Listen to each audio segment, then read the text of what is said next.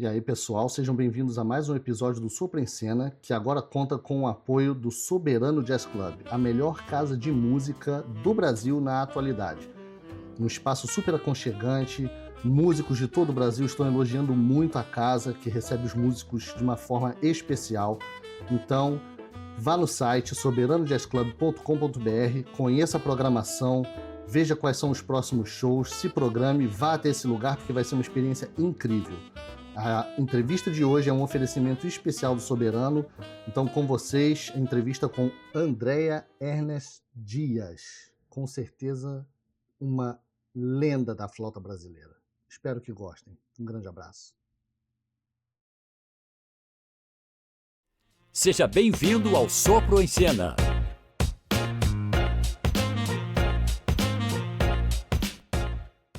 E aí, pessoal, sejam bem-vindos a mais um episódio do Sopro em Cena. Hoje o Sopro em Cena recebe uma das maiores autoridades da flauta no Brasil. Doutora em música, pesquisadora e solista, ela transita com a mesma maestria pelo choro, pela música erudita e pela vanguarda contemporânea. Tem um quarteto com seu nome. Também é integrante do Pífio Moderno, do Carlos Malta, e uma representante importantíssima da flauta dentro e fora do Brasil. Então, hoje com vocês, temos a honra de ter aqui no canal a Andréa Ernest Dias. Andréa, seja bem-vinda ao Sopro em Cena. Obrigada, Antônio. Oi, pessoal. Estou aqui no Rio de Janeiro. Obrigada pelo convite, Antônio. É uma honra. Uma honra para nós termos uma musicista do seu calibre aqui no nosso canal. Vamos ter um papo sobre flauta e sobre outras coisas aqui. Vai ser muito bom. André, então você já falou aí, né? Sua base é o Rio, né? Isso, eu moro aqui no Rio. Eu sou carioca mesmo, a minha família era baseada aqui, sempre foi. E nos anos 70 a gente se mudou para Brasília. Minha mãe recebeu um convite para ser professora na Universidade de Brasília. Eu era adolescente, eu tinha 11 anos.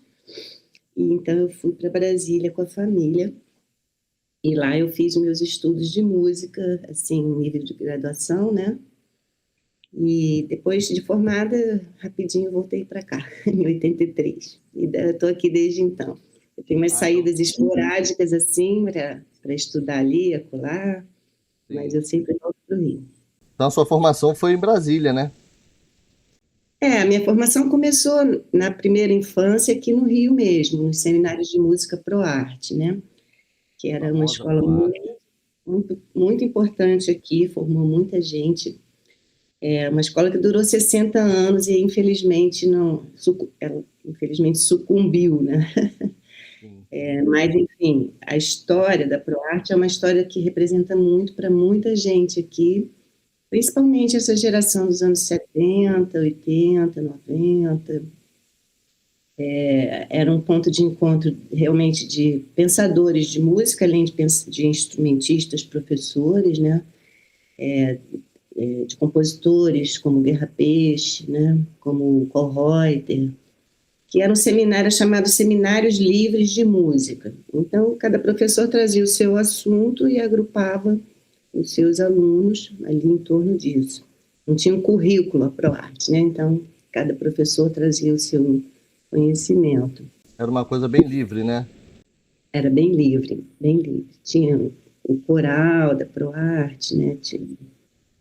Então, eu comecei ali na musicalização com 5 anos. Minha mãe dava aula, era professora, né? Sim. Então, a gente foi para a ProArte, todos nós estudamos na ProArte, né? E eu, com 5 anos, fiz aula de musicalização. Minha primeira professora foi a Salomea Gandelman, que vem a ser a mãe do Leão, que vocês devem conhecer, né? É uma das fundadoras, né? Uma das fundadoras. A mãe da Marisa, a mãe da Lia, que era também instrumentista, oboísta, ela foi oboísta do Teatro Municipal. Enfim, uma família musical como a minha. Sim. E ali eu comecei na musicalização, foi no método Orff, que é aquele método de canto, percepção, ritmo, né? Instrumentos básicos, xilofone, metalofone, né? Coisas muito simples, mas que deram, assim, muita base, né? E depois dali, eu quis estudar piano. Então, eu tive uma outra professora incrível, que foi quem me ensinou a leitura musical, que foi a minha querida Elza Scherter, também fundadora da ProArte, e que ensinou praticamente uma geração a ler música. No piano, claro, de Fá, do Sol, ela também tinha umas coisas bem lúdicas, assim, ímãs, né? Colocava os ímãs assim na partitura. Enfim, ali começou um repertório, né, de piano básico, assim, e eu tenho realmente uma gratidão imensa a essas duas primeiras professoras. Foi um início bem precoce, né? Bem precoce, é. Nossa, que legal. Adorava tocar piano, né? Eu deveria ter sido pianista, mas depois... Você ainda toca piano de vez em quando? Eu estava só em casa, assim, eu abandonei os estudos, mas a Elza teria ficado orgulhosa, porque eu a desenvolvi um pouco mais além dela, né? Depois eu estudei um pouquinho de cravo também, estudei na Escola de Música de Brasília. Bem, enfim, aí depois a família se mudou para Brasília. Posso continuar nessa Pode, claro. linha aqui? Tá, então tá. Aí a gente foi para Brasília, aí a gente ficou lá, meio bolando lá, naqueles inícios dos anos 70, aquele bando de aqueles adolescentes ali sem entender, né, que cidade era aquela, né? Enfim, aí o que aconteceu? A gente foi para a Escola de Música de Brasília. Eu e meus irmãos, que são o meu irmão mais novo, Carlos, e a minha irmã depois, que era a Irene. Eram os 3 adolescentes que ficavam bolando ali. Nós somos 6 irmãos, mas os outros já estavam com outros assuntos, né? E aí, indo para a escola de música, começou estudo de teoria de novo, a gente entrou, eu entrei, eles também, na banda sinfônica da Escola de Música de Brasília. Posso pegar uma foto para mostrar? Já que eu queria mostrar. Claro. Você pode. Não vai. Então, aí, olha aqui. A banda sinfônica. Ih, agora está refletindo. Agora. Não tá dando para ver bem. Uhum. Aí eu estou ali, ó, nos naipes das flautas, 14 anos de idade. Meu Deus. 14 anos já na orquestra. Aqui era uma banda de formação, né? Uma banda da Escola de Música de Brasília. Aí a gente teve. Olha aqui, que legal. Nossa, banda de música. Que legal que você tem esse material, hein?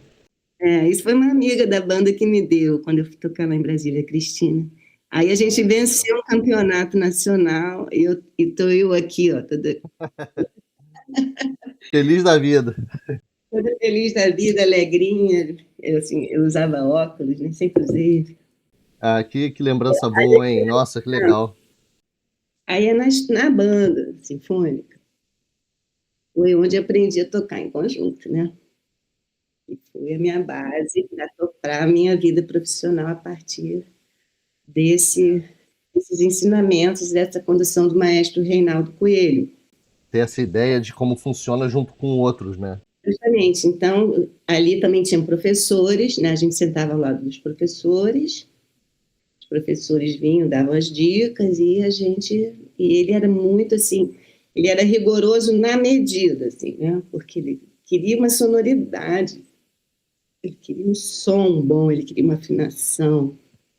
Aí a gente tocava repertórios de orquestra adaptados para banda, a gente tocava os dobrados, a gente tocava as suítes do Maestro Duda, lá de Pernambuco, a gente tocava aberturas de ópera, né, tipo Morcego, né, coisas muito exigiam dos alunos mesmo. Né? E ali eu fui logo para o flautim. Eu fiquei na ponta da orquestra, assim, na ponta da banda, que era o flautim, né? Sim. E aí fiquei ali 4 anos, os encontros eram semanais para naipe, nas quintas-feiras, e aos sábados a gente juntava a banda toda, ficavam 4 horas ensaiando, uma disciplina muito boa, assim, e também ocupou nosso tempo de adolescente. Porque Brasília, imagino que nessa época, você falou que isso é 70 e pouco, né? 74. Devia ser um vazio danado, né? Era, para o adolescente porque a gente assim não era engajado num clube militar, entendeu? Uma coisa assim. Minha mãe era professora da UNB, então a gente, não sei, família de música também foi todo um pouco disperso, assim. Sim. E Mas tiveram que era achar alguma coisa para fazer, né? tinha que achar alguma coisa para fazer. E eu achei assim a banda. Para mim foi. Também tinha outros músicos, o Ney Rosauro, não sei se vocês conhecem o Ney Rosauro, que era percussionista. Muita gente ali. O Dilson Florencio, saxofonista, foi dessa banda. Né? Nossa, que legal, uma galera da pesada, né? O Dilson era top, top, top, top. O irmão dele também, o Dinei. Essa tua. Então, o teu início foi um início erudito, já. Foi. Né? Meu Formação erudito. Você chegou a ter alguma experiência já nessa vertente popular, já quando você estava aí lá em Brasília, ou isso foi bem depois? Não, tive sim, por quê? Aí o que aconteceu? Lá em casa, a minha mãe, logo se juntou o pessoal do choro, né? Esse também está na história ali do choro, né? E o Clube do Choro de Brasília tinha existido nos anos 60, até a minha irmã Beth tem uma pesquisa muito bonita sobre ela, sobre o Avena de Castro, né? E que ela conta como o Avena organizava esses grupos, essas reuniões de chorões nos anos 60, né, em Brasília, na casa de um cavaquinista chamado Raimundo, agora eu não vou lembrar o nome. Mas ela fez um livro muito bonito, fazendo uma espécie de inventário dos músicos daquela época, e falando muito sobre o Avena de Castro, obviamente, que era o assunto principal dela. E ali, então, ela trouxe trouxe essas informações sobre essas reuniões. Aí, depois o Raimundo morreu e o pessoal dispersou, né? Quando minha mãe estava lá, eu morava no nosso prédio, Celso Cruz, que era um clarinetista também, amador, também professor da UNB, ele não era professor de música. E aí ele falava, vamos fundar. A mamãe falou, faz aqui em casa, né? Já estamos aqui no prédio, né? Já tinha uma sala não muito grande, mas tinha uma sala, né? E aí começou aquele trânsito de chorão todos os sábados lá em casa. Que legal. Aí eu tinha isso, tipo, 12 anos, né? E aí... Todo mundo ali dentro da sua casa. Nossa, que ambiente legal. Aí, o Bis da Flauta foi um dos flautistas dos grupos do Pixinguinha. Um flautista excepcional, assim. Nossa Senhora. O Pernambuco do Pandeiro, o Alencar, o Valdir Azevedo pintava lá, né, também fazia parte desse grupo. O Avena de Castro, obviamente, em torno dele.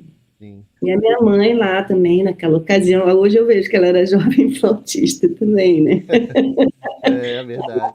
40, menos ainda, na faixa dos 40 anos, e ela lá se juntando, então, o Jaime, meu irmão, tocava violão, e ficava ali colado, né? O meu irmão Carlos comia flauta doce, e ali o choro começou a entrar, então, na vida, né? E você sofreu algum choque, assim, você estava acostumado com aquele ambiente erudito, aí esse pessoal começou a entrar na sua casa? Não, eu ainda não, eu misturei um pouquinho as datas, porque quando eu fui para Brasília eu tinha 11. Mais ou menos com 11, 12 anos começou essa movimentação do Clube do Choro, né? E eu ficava no quarto ouvindo, né? Mas eu ainda não tocava flauta. Eu comecei a querer tocar flauta por aí. Entendi. Eu não tocava.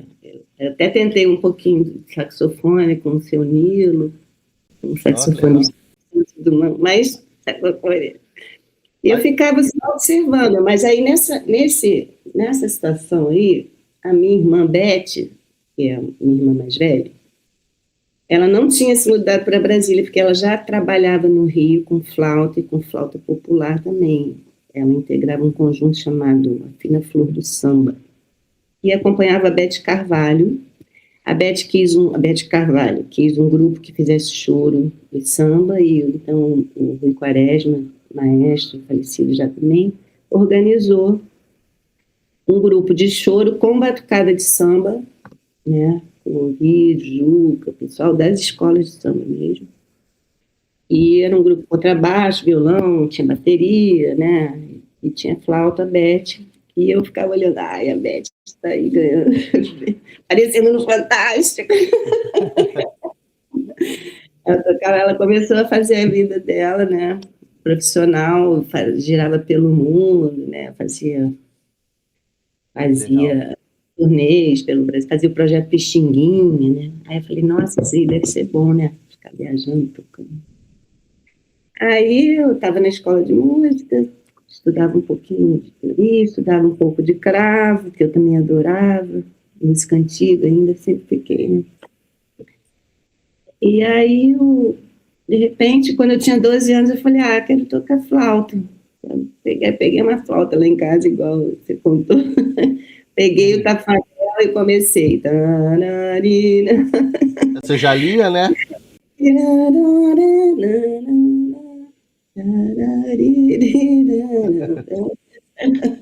As canções de Chum, né? Aí eu já lia música, né? E depois, nesse coisa de que eu aprendi flauta entre 12 e 14, aí foi quando, 14 anos, apareceu a banda de música. Tem que ser bem certinho na cronologia, porque parece que eu entrei na banda antes, né? Quando eu entrei na banda, eu já tocava. Sim, né? Ué, mas tocava, então, há 2 anos, mais ou menos? Há 2 anos. Não era muito tempo, não.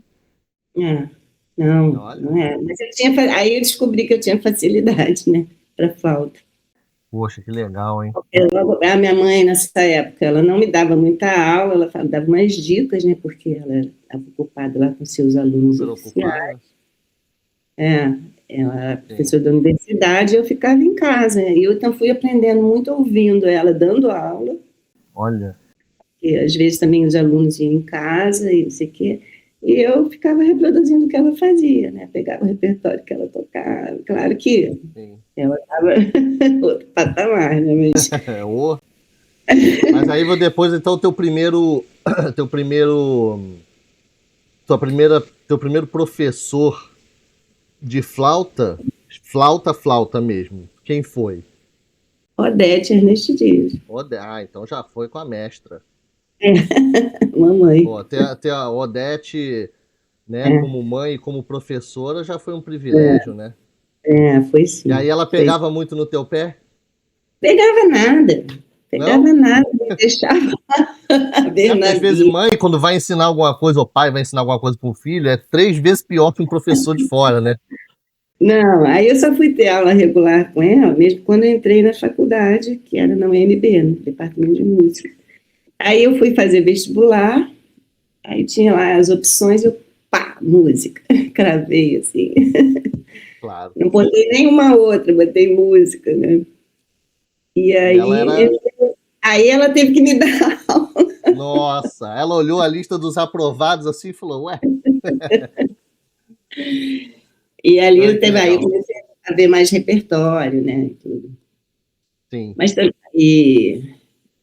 aí tinha um programa para cumprir, né, mas eu fiz muito rápido, assim, 3 anos e meio eu já estava saindo da universidade. Voando. E vindo para o Rio. E a universidade, essa tua formação, ela foi... Na universidade eles tinham mesclado alguma coisinha de popular ou estava estritamente erudito? Era estritamente erudito, porém, a gente já tinha tido um grupo de música instrumental com 16 anos, os amigos dos meus irmãos, que era o Renato Vasconcelos, o Ricardo Vasconcelos, o Lula Galvão, fundaram Instrumental e Tal, que é um grupo que fez um sucesso imenso lá em Brasília. Isso era 1980. E a gente gravou um compacto duplo com a música do Renato e do Jaime, Suíte Brasília, tocava na rádio essa música. Olha, você já estava um popstar já.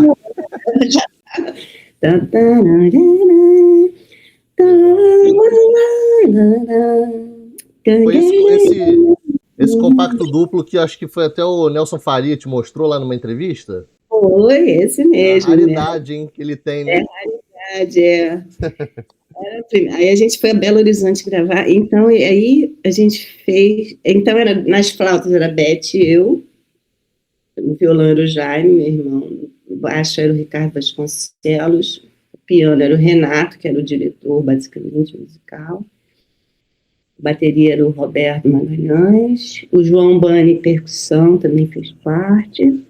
Olha. O Evaldo Robson, não sei se você conhece o Evaldo, saxofonista incrível, acho que ele era de Goiânia, e aí eles fizeram um grande concerto, ficou na memória de Brasília, assim, que eles não, né, porque eu já fazia parte, assim, instrumental e tal, com foto, produzir tudo que a gente faz hoje, né, foto, figurino e tudo. Olha, que legal. Aí a Sala Martins Pena, do Teatro Nacional, infelizmente está fechado até hoje, o Teatro Nacional, não entendo isso.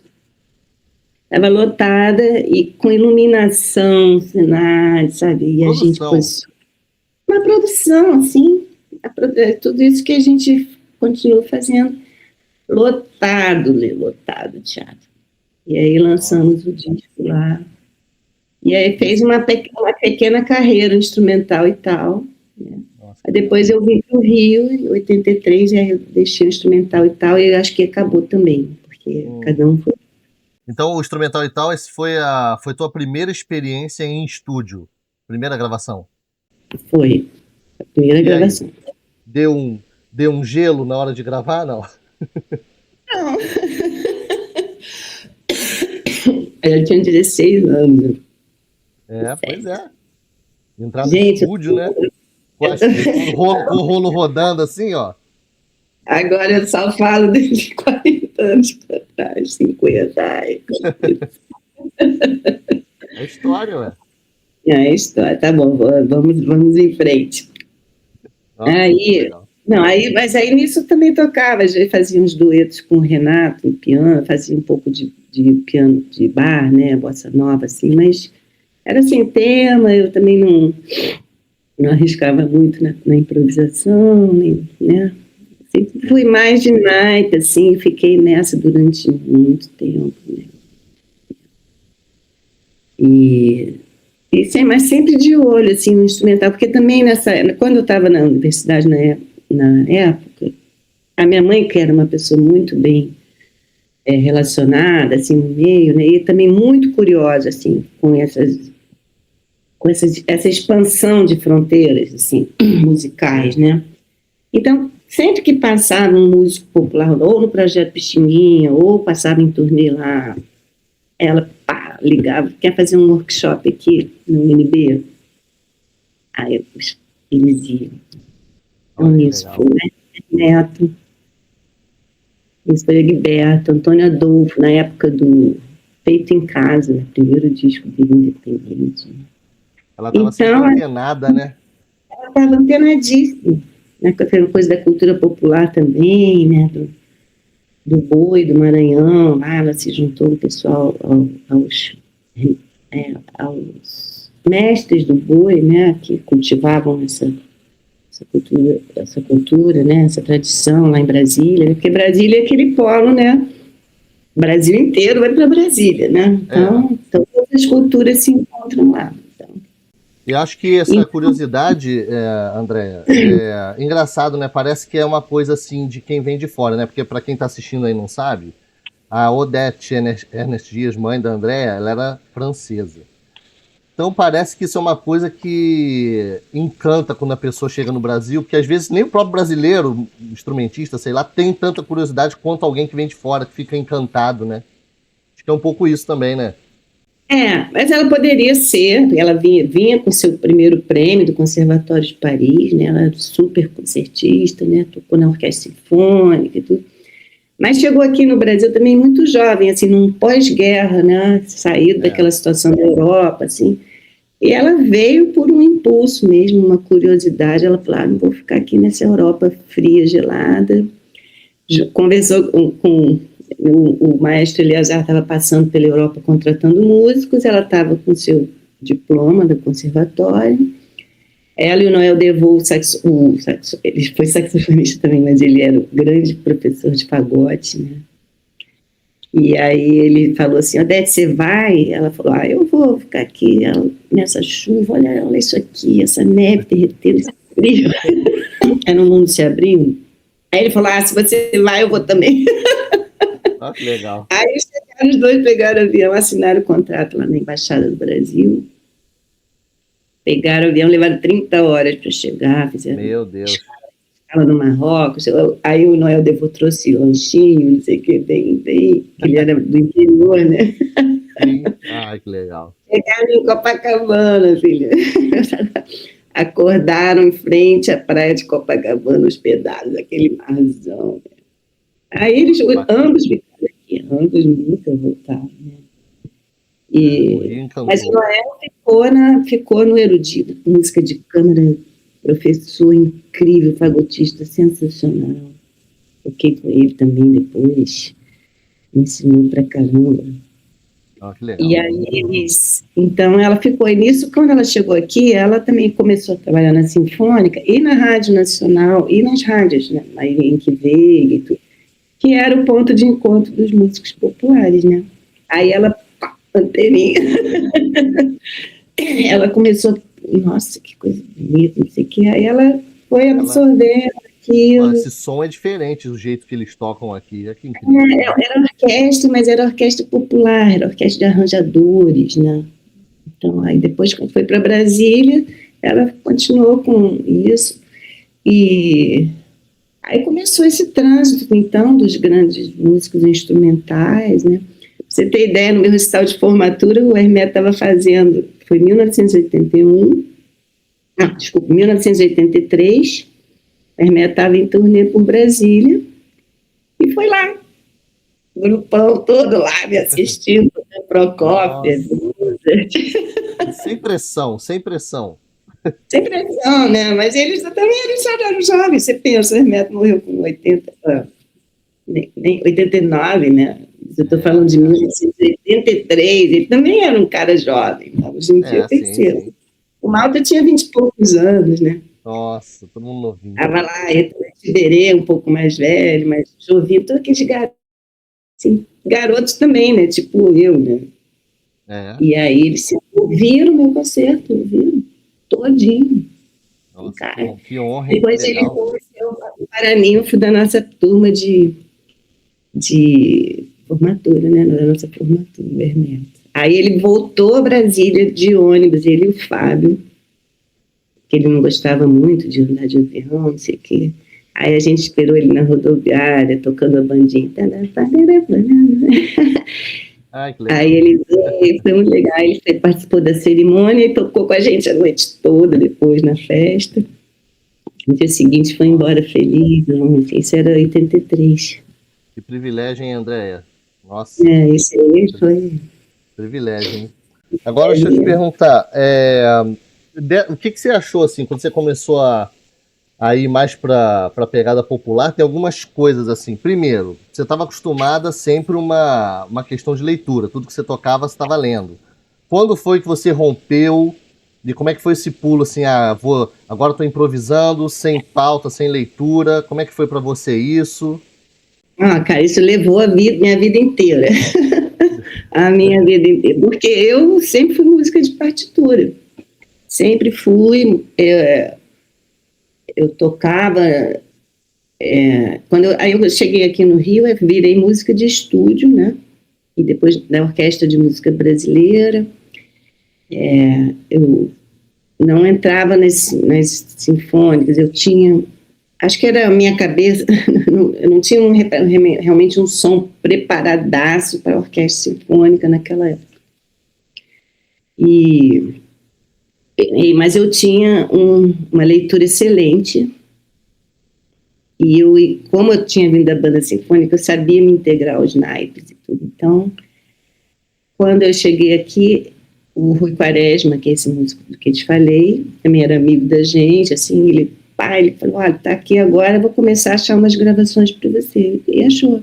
Aí a primeira que eu fiz foi com o Martim da Vila, um naipe de flauta, tinha uma partitura de flauta em sol, eu já tocava flauta em sol, Estava preparado. aí já tocava flautim, já tocava, então, aí eu comecei, aqueles anos 80, 90, assim, se você olhar nas fichas técnicas, eu estou em muitas faixas, sei lá, centenas, Gravou realmente. bastante gente, né? Mas na coisa de estúdio, né?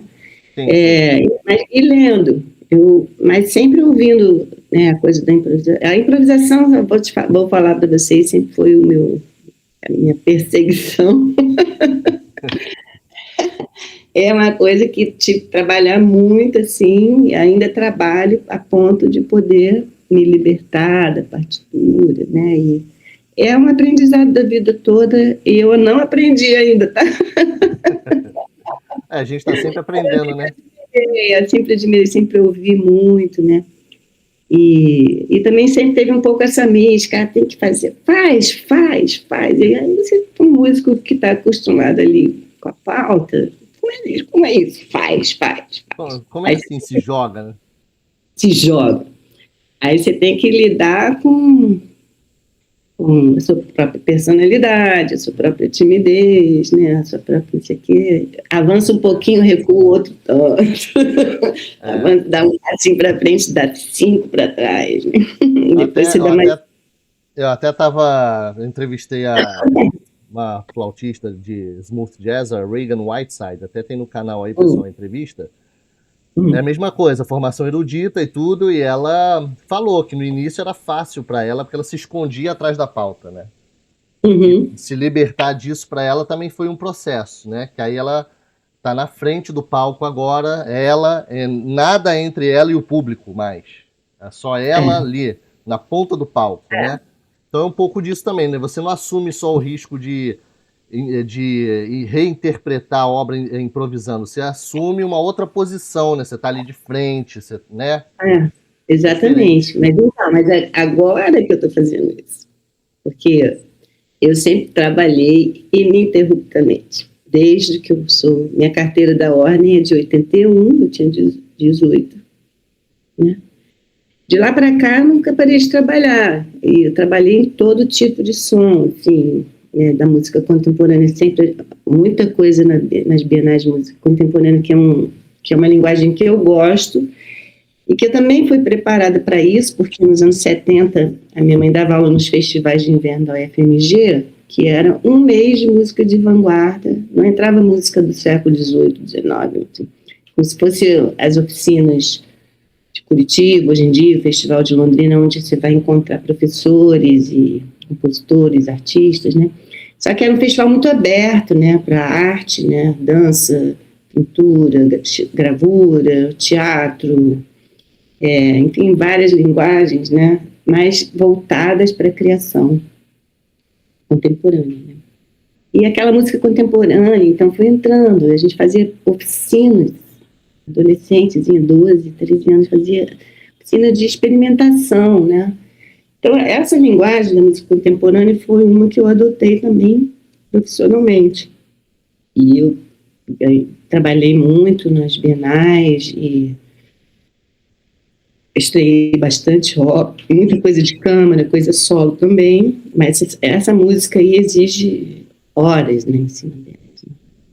Mas eu fui levando vida profissional, então tinha que tocar Mozart, eu tocava Mozart, tinha que tocar contemporâneo, eu tocava contemporâneo, tinha que tocar choro, entrei na orquestra Pixinguinha para tocar os arranjos do Pixinguinha, né? A banda Anacleto. Multifacetada, toca tudo. Muito facetada, então eu tive essa possibilidade, né? Tenho, né? Isso é muito mas legal. Assim, em naipes, era naipe, coisa que eu adoro também, né? Legal. Tenho feito alguns naipes, de anos de gravação. Você falou que até participou, né? Foi com... você participou com o Martim da Vila, não foi? Que você falou? A primeira gravação de estúdio, né? Até aí falar, aí o pessoal lá no estúdio sacana, né? Pô, a terceira flauta aí... é um pouquinho baixo, né? Pessoal, Aí eu falava, é comigo, comigo. Depois eu saquei que eles estavam me sacaneando, estavam tipo batizando, assim, né? Sim, sim. Você gravou também com... Tem alguns nomes aqui, depois você me corrige aí, ou acrescenta outros. Você gravou também em discos do Caetano, não é isso? Uhum. O Caetano eu gravei em vários discos. O principal deles, assim, eu acho, que é o Fina Estampa, né? Que foi também uma coisa de música, de ser música de estúdio, entendeu? Tinha essa circulação, a regimentação, eu fazia parte do caderninho do regimentador, Sim. e o Jacques também, a gente já me conhecia e, enfim, fiz parte dessa orquestra, esse disco, o Fina Estampa ao vivo, temporadas, assim, com esse show, coisa muito linda, né? Esse disco é incrível. Então com esses Aí o artistas não foi... Tieta, as trilhas também do Quatrilho, por exemplo, né? Aí comecei a trabalhar muito em estúdio, o pessoal de trilha de cinema, né? E aí, tô aqui. E, por exemplo, com o Caetano, você participou da gravação do disco, mas você chegou a sair em turnê também com a banda, com ele? Em turnê não, mas a gente fez aqui no Rio, né? Legal. Tem parte da banda do Caetano, eu era da orquestra do Fina Estampa. Sim, sim, legal. E já era também gravou com o Zeca, Pagodinho. O Zeca eu fiz o Verdade, gente. E fiz aquele Jura que na trilha da novela. Aquele flautinho sou eu. Legal. Até o pessoal que está assistindo aí, essas obras que a gente está citando aqui durante a entrevista, eu vou colocar, tá aí na descrição do vídeo. Eu sempre faço isso, porque às vezes a pessoa está assistindo a entrevista e ela quer ouvir o que a gente está falando. Mas vocês vão ouvir mais, né? Justamente, essa primeira gravação de Verdade, eu falei, pô, demais, né? Fantástico. Gravou também com o Chico Buarque. O Chico, gravei muita coisa ali, também chamada pelo Luiz Cláudio Ramos, maestro dele, né? Quando eu morrer, que me enterre na beira do chapadão. Nomes grandes, né? Também com o Milton, o Djavan. O Milton eu toquei no Pietá, né? O Djavan num songbook do Michel Diak. Tem participações também com a Nana, Caymmi. Tudo em discos. A Nana foi o disco de boleros, né? Também é chamada pelo Zé Milton. Tem bastante.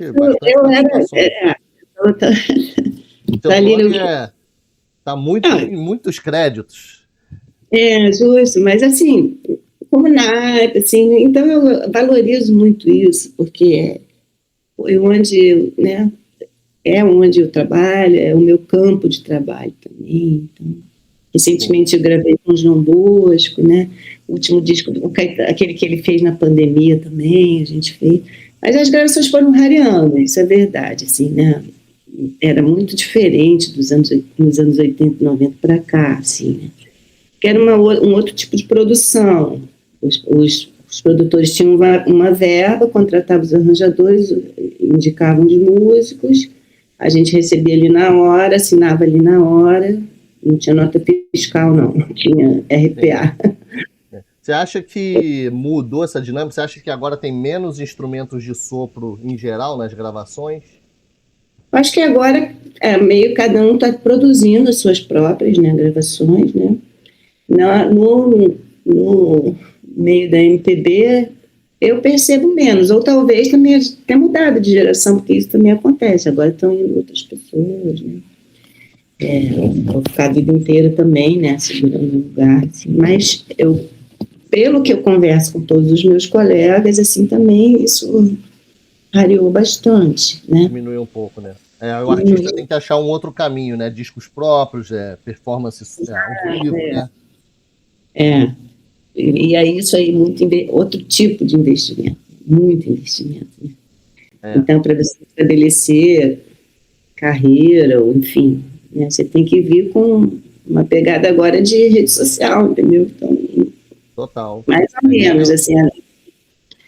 Mas, assim, eu tive a felicidade de fazer discos, primeiro, não sei se você vai chegar nisso, mas eu vou deixar contigo a bola, então. Não, tá tranquilo, a gente vai chegar em vários. Bem, eu queria perguntar para você o seguinte: você falou que teve um envolvimento grande com essa questão de ensino. Sua mãe, né, a grande Odete, era professora, então sua vida estava permeada por isso tudo, né? E o que você está achando do ensino vamos falar especificamente da flauta, não vou falar da música em geral porque é muito abrangente, mas o ensino da flauta hoje no Brasil, sabe por quê? Porque eu vou pegar um gancho. O pessoal que às vezes está vendo a entrevista e não sabe, eu estou em Toronto, no Canadá. O que eu vejo aqui é o seguinte: a gente vê muito adolescente, pré-adolescente com casezinho de flauta para lá e para cá, ou de outros instrumentos. Porque na música, porque na escola é obrigatório, né, a pessoa escolher um instrumento. E também a gente vê muito anúncio de pessoas vendendo flauta, até por preços muito bons, porque assim, o filho deixou de tocar, a flauta ficou na casa dos pais, os pais vendem a flauta. Então, quando eu me mudei para cá, eu comecei a ver muito isso.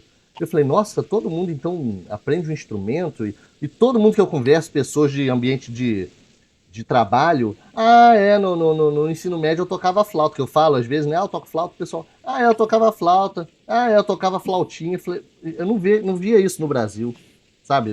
Você perguntar e uma pessoa do nada falar, eu tocava na escola. Como é que você vê isso, assim, ensino da flauta, antes e como é que tá agora? Como é que você vê isso? Realmente era muito mais individualizado, né? Na minha época de estudante, assim, as pessoas estudavam com seus professores, né? Muita gente se formou nas universidades, como é o meu caso, né?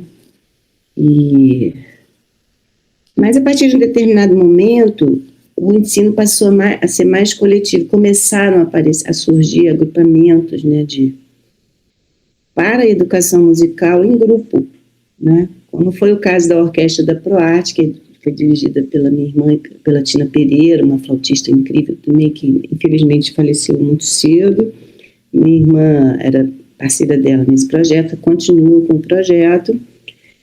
E aí foi também um projeto de formação mais em torno da música popular, no caso da Orquestra da ProArte, né? O repertório do cancioneiro brasileiro. Chico, Gil, Ginga, Bosco, Milton, Moacir, Hermeto. Então, as pessoas pegaram muito essa bagagem.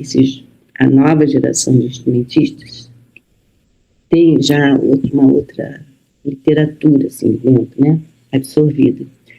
E isso deu frutos também. Estou falando aqui do Rio, né, mas também estou falando de projetos que acontecem. A educação musical se tornou indissociável de um projeto de socialização, né, principalmente da população mais carente. Então, num primeiro momento, para a gente que é mais privilegiado, não é assim que se ensina música, não é assim que se aprende música, não sei o quê. Mas o tempo mostrou que a realidade brasileira é essa, entendeu? É nos projetos sociais que a transformação está se dando. Essas pessoas estão ingressando na faculdade, estão ingressando nas orquestras, né? A Orquestra Sinfônica Nacional, por exemplo, onde eu trabalhei e me aposentei lá, é plena de músicos que vieram desse tipo de projeto, né? Legal.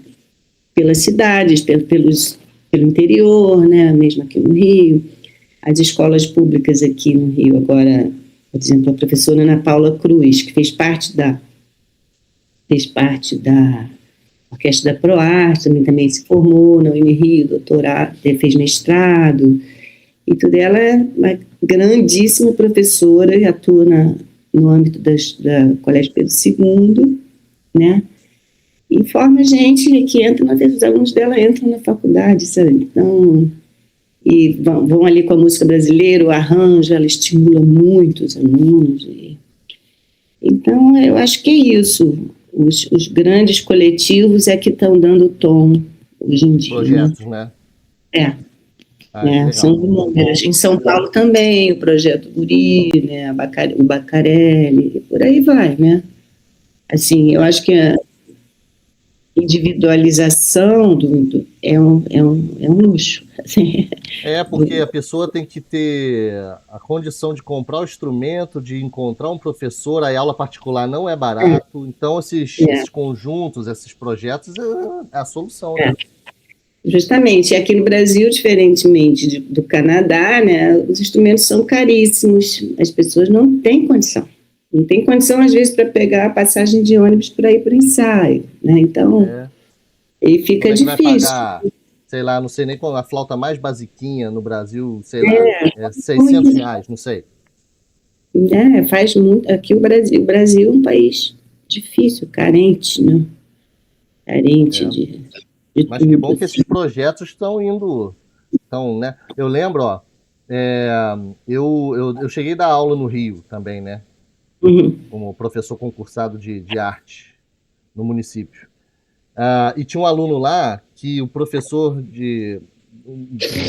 lá de arte dele estava encaminhando ele porque eu dava aula para a galera ali da Mangueira. E aí era uma escola que era bem perto de uma das entradas da Mangueira ali, e esse aluno, ele tocava violino, então o professor levava ele para concursos, não sei o que lá. Bem, passaram-se muitos anos, eu já estou aqui no Canadá, aí fomos assistir o Fantástico um dia. Falei, vamos ver como é que estão as coisas no Brasil, fui assistir o Fantástico. Aí tava lá, jovem instrumentista brasileiro ganha bolsa na Áustria. Quando eu fui ver, era o garoto que era meu aluno. Ele foi, seguiu e foi. Eu falei, nossa, Tem muita isso muda a gente que vida aí da depois a pessoa. notícia para de chegar.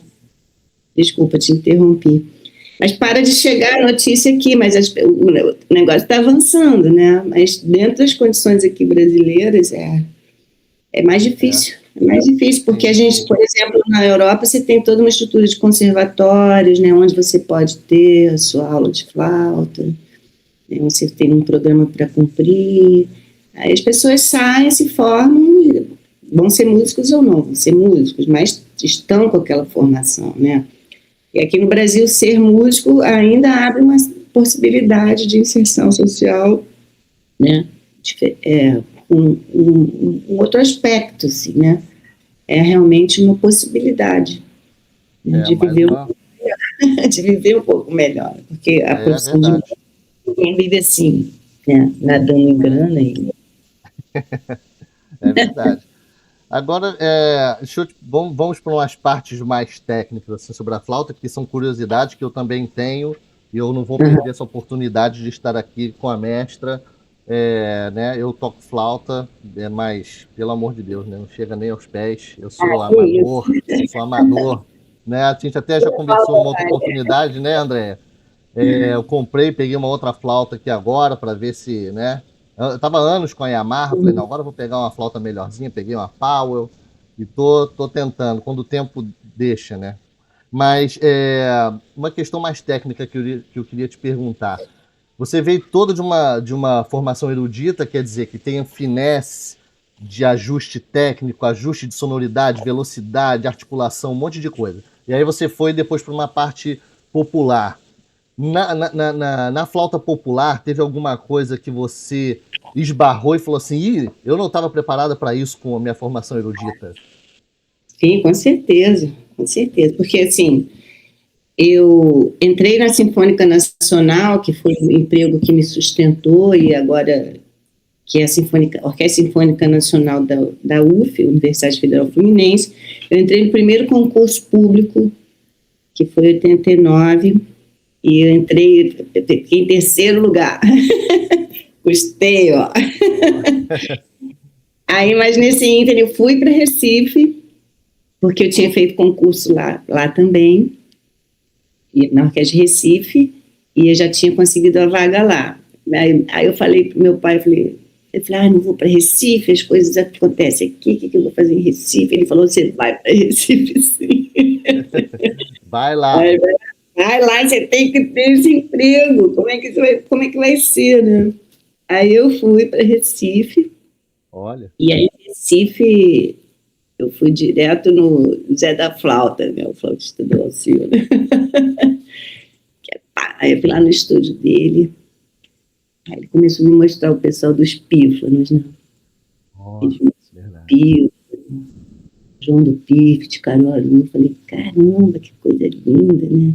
Já tinha, óbvio, porque já tinha entrado, né? Porque nos anos 70 tinha até uma propaganda da Biblioteca do Exército. Como é que era? Leia mais, leia mais. E a trilha sonora da banda de pífano, de Caruaru. Sei lá, as contradições da ditadura, né? Mas, enfim. Aí eu comecei a ficar ligada, assim, nisso. Falei, nossa, que sonoridade bonita. Aí fui até Caruaru, peguei minha flautinha, levei lá até a banca do seu João. Eu falei, o Zé da Flauta me mandou aqui, não sei o quê. Vem. O seu João conhece um Pifo de Caruaru? Ele é um amigo. Venha conhecer pai, pega o que você quiser, toque. Aí pegava a flauta de bambu, né? Aquela dificuldade de sair o som na flauta de bambu, porque muito flautista erudito não consegue nem tocar a flauta de bambu. Então, isso aí... É uma arte, a parte. Aí eu fiquei lá, mostrei minha flauta. Olha que flauta linda, que flauta linda. Aí toquei, voltei com uma parelhazinha de pife. Voltei, mas deixei ela assim, encostadinha, né? Até que... Mas depois eu já tinha tido a experiência de orquestra popular na Orquestra Pixinguinha e na Orquestra do Roberto Inátali, que era uma orquestra que trazia o repertório, como se fosse uma herança do Radamés, assim, das grandes orquestras da Rádio Nacional. O Roberto Sobrinho quis recriar essa orquestra. E foi muito bom, mas era orquestra, né? Ainda tinha aquela coisa de orquestra. A Orquestra Pixinguinha também era a mesma coisa, mas na Orquestra Pixinguinha tinha lá o Biju, tinha o Maciel, tinha o seu netinho, o clarinete, que era a turma cascuda do sopro, né? Dos tempos da rádio. Então eu já começava a ver um pouco mais nessa coisa da articulação. Falei, já tem que colar neles o formiga, do trompete. A geração da minha mãe, vamos falar assim, né? Eu entrei ali, o Hamilton do trompete, eles... Comecei a notar as acentuações, né? 1-0, por exemplo.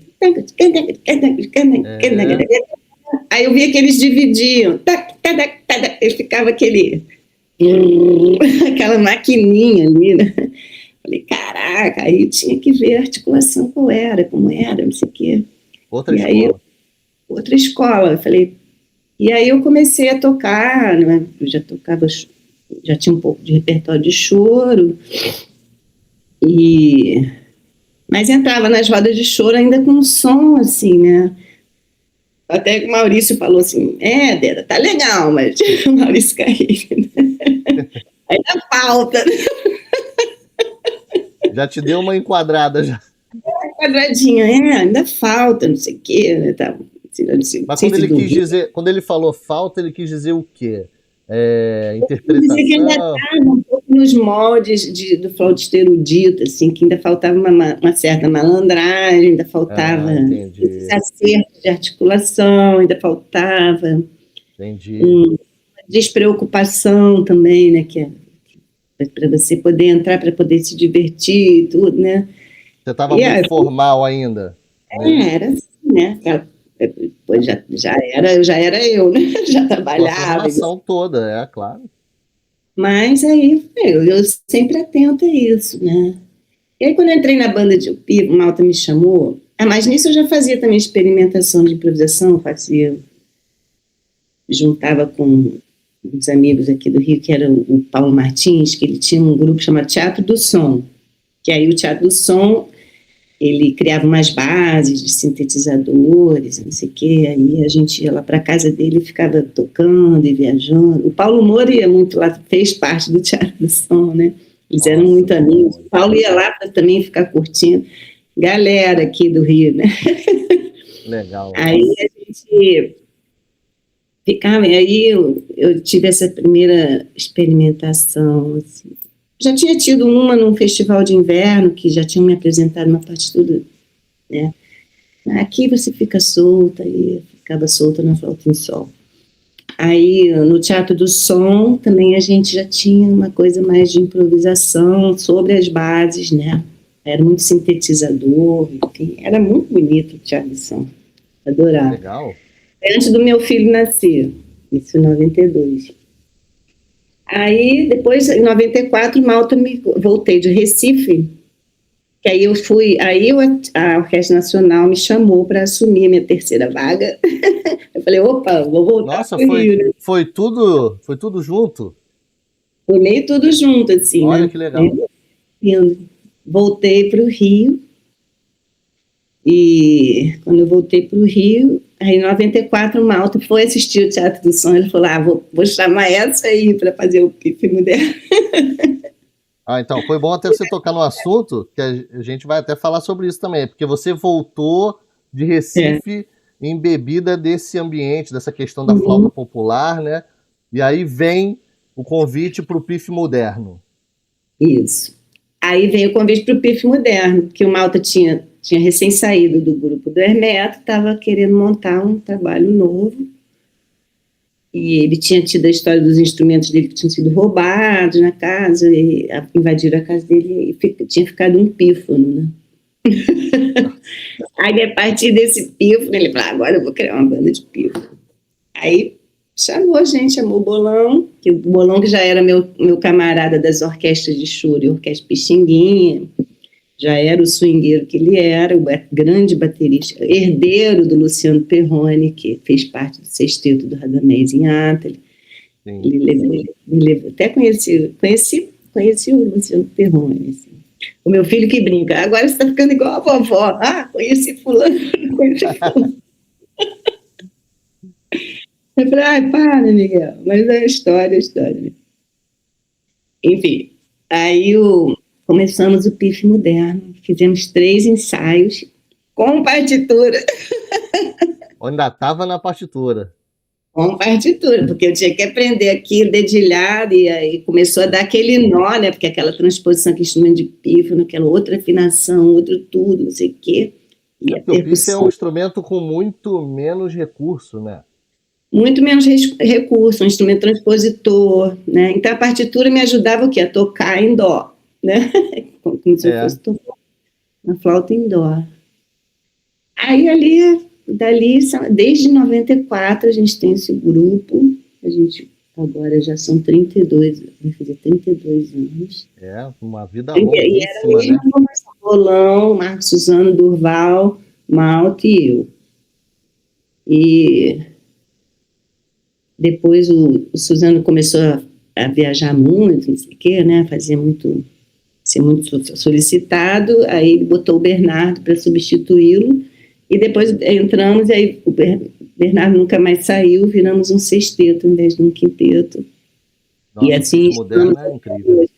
E aí o Pife Moderno, qual é? Do groove, né? Você tem que colar naquele, então, senão não vai surtir aquele efeito, que é a tradição das bandas de pífano tradicionais mesmo. É o som, né? Você tem que estar no groove, tem que estar, se você não tiver. Então é isso que é difícil, por exemplo, um flautista europeu entender. Porque não tem essa sensação do groove, essa sensação do ritmo, que é o que o Letieres fala, né? Que a grande lacuna do ensino de música no Brasil, quiçá no mundo, é o ritmo. Não se ensina a questão rítmica. Então, isso que vai gerando um pouco esses conflitos, né? Então, quando o Maurício Carrilho fala, tá bom, mas tá quase, assim, significa... Foi a ginga, né, que ele quis dizer, né? Foi assim, eu brasileira e tudo mais, entendeu? Tipo, você ainda tá muito erudita, tipo isso, né?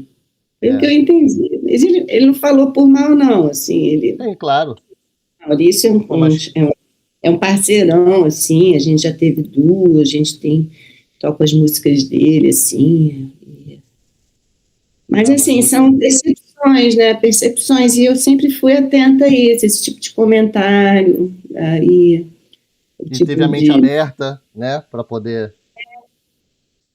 Sabe, até coisas profissionais. E eu tive essa mente aberta, felizmente a minha mente é aberta. E para você aceitar esse convite do Malta para fazer parte do PIF também foi mais um desafio para você. Claro, tá bom, vamos lá, vou encarar. Foi um desafio, foi um desafio. E um feliz desafio, que a gente tem aí o PIF aí, ó. Nos agradecendo por tantas gravações, tantos shows ao vivo, tão legal. O PIF é uma coisa tão coesa, assim, o primeiro disco da gente, a gente gravou, tipo, ao vivo, em 2 horas o disco estava pronto, entendeu? Depois que, nesse primeiro disco tem a participação do Lenine e do Pedro Luiz, né? Depois que eles vieram e botaram as vozes, mas assim, tipo, pô, tá pronto. De 2 horas, gravar um disco, 2 horas. Caramba, de prima, né? De prima, né? Não tinha o que fazer, né? E depois outros discos lindos também que ele produziu, parou. Recentemente o Gil, né? Que foi o disco da pandemia, a última participação do Bolão. Nossa, muito legal. E depois o disco do Edu Lobo também, que ficou um espetáculo. Aí é um disco mais arranjado já, né? Assim, com flautas, flauta baixa, teve a participação do Hermeto. Então, a gente também nunca abre mão dessa possibilidade, né? Da escrita. E isso claro. Também não adianta você só contar com a sua cabeça, porque... tem que ter uma base ali, né? Tem que ter um fundamento. Mas muito legal. Desculpa, a gente circulou o mundo inteiro, né? Tem vídeo até vocês na Muralha da China. A gente tocou na China, no Japão, tocou no Marrocos, aí falei, pô, tocou na França, na Dinamarca, tocou nos Estados Unidos, tocou na Venezuela, recentemente a gente voltou à França, tocou na República Tcheca, e assim, já teve momentos mais intensos, mas a gente está sempre aí, na estrada. Nossa, é fantástico. Agora, vou fazer uma pergunta e a gente depois vai entrar numa outra área também, que é o seguinte, que é uma parte da entrevista que o pessoal gosta muito, tem muita curiosidade, né? Quem é músico iniciante, quem é músico que já está iniciado, que quando vê nomes como você, assim, vê tocando, vê no palco, vê no disco, fica imaginando assim, o que a Andrea usa, que é a parte do setup? Quais são as flautas que ela usa? Que som é esse? Então, é uma parte da entrevista que o pessoal gosta muito. Então, vamos começar. Ó, a Andrea já está preparada, trouxe até as flautas para mostrar aqui na imagem. Ó. Essa aqui é uma flauta, a minha flauta de concerto, né? A flauta que eu toquei 30 anos na Sinfônica Nacional. Eu não toquei com outra também, mas eu tive, infelizmente, foi assaltada aqui no Rio, levaram instrumentos bons também. Essa aqui é uma Miyazawa, né, aberta, em pé de si, que eu adoro tocar si, grave, né, principalmente em amplificada, essa nota aqui, ela fica incrível. Legal. E é isso, é uma flauta de Miyazawa, não sei dizer o modelo, mas ela é aquela tipo Fusca, assim, não quebra. Legal. E essa ela é toda em prata ou só bocal de prata? Bocal de prata, corpo de prata e as chaves não. As chaves são banhadas. Banhadas, tá. Essa é o carro-chefe, essa tá em si, né? Essa é aquela né, que sai na bolsa, né? Sim. Esse aqui é um pícolo Yamaha, esse aqui tá novinho em folha. A gente tinha um pícolo Marigot, número 19, Marigot. Eu comecei a tocar numa flauta Marigot, que era da minha mãe, ela está até aqui agora. É uma flauta também que ela veio para o Brasil, né? Uau. E fez a minha vida, os estudos dela. E a gente tinha um pícolo Marigot também em casa, mas que foi também nesse assalto junto. E agora eu comprei esse pícolo Yamaha 62, que eu estou adorando. Yamaha 62, legal. Ele está novinho em folha. Esses pícolos, eles são feitos de quê? Eles são de ébano? O que é, André? Galalite que chama. É tipo um polímero? É uma madeira. Não, grenadila. Gente. Sei. Sou péssima em especificação. Acho que é grenadila. Sei qual é. Posso buscar ali. É bem leve. É lindo, a mecânica também, a Yamaha, é incrível, né? Não, tipo, não tá, já chegou perfeito, assim, né? Até minha colega Naomi Kumamoto, que encomendou para mim lá no Japão, veio direto do Japão. Ó, que legal. Essa aqui. Aí essa aqui é uma flauta em sol, Gemenhardt. Ó, Gemihart. Cheia de história. Uau, essa é enorme. Essa Eu nunca toquei flauta em sol, tenho curiosidade, sabia? flauta em sol é um mundo delicioso, né? Um mundo à parte, né? Que é um som, parece um colchão, assim, Um dia eu muito vou gostoso. experimentar. E essa flauta aqui, você vê que tem uma marquinha aqui. Deixa eu ver. Essa Aham. aqui, essa marquinha aqui. Sim. Era que tinha colado no microfone, porque essa flauta, sabe de quem foi? Ah, O J.T. Meirelles. uau. O artista vendeu para minha mãe, o grande improvisador do samba jazz, o J.T. Meirelles. Tem até o grupo Os Copacabanas, né? Tem outros. Sim. Ele era um grande improvisador, jazzista, assim, top, né? Então essa flauta também, ela não quebra, tem que tocar sapatilha e não sei o quê, mas ela está na família também desde os anos 70. E como ela ficava paradinha lá, minha mãe não tocava muito ela, eu peguei e falei, vou ficar com ela, que eu tô com ela até hoje. Ah, que legal. Nossa, você tem várias flautas, parte da história, instrumentos antigos, vamos dizer assim, né? Que não se faz mais, né?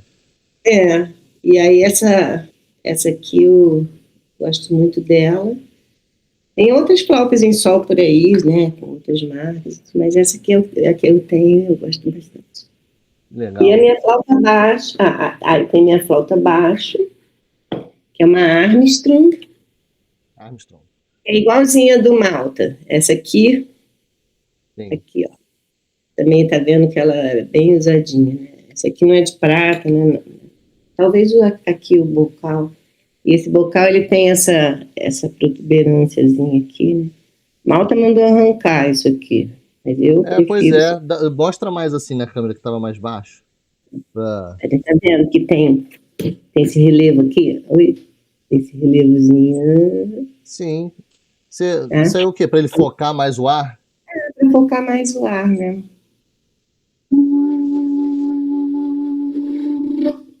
É uma flauta de muitas possibilidades, né? Também para conseguir um som mais natural, assim, né? Um relaxamento. Sim, E uma flauta também que dá para fazer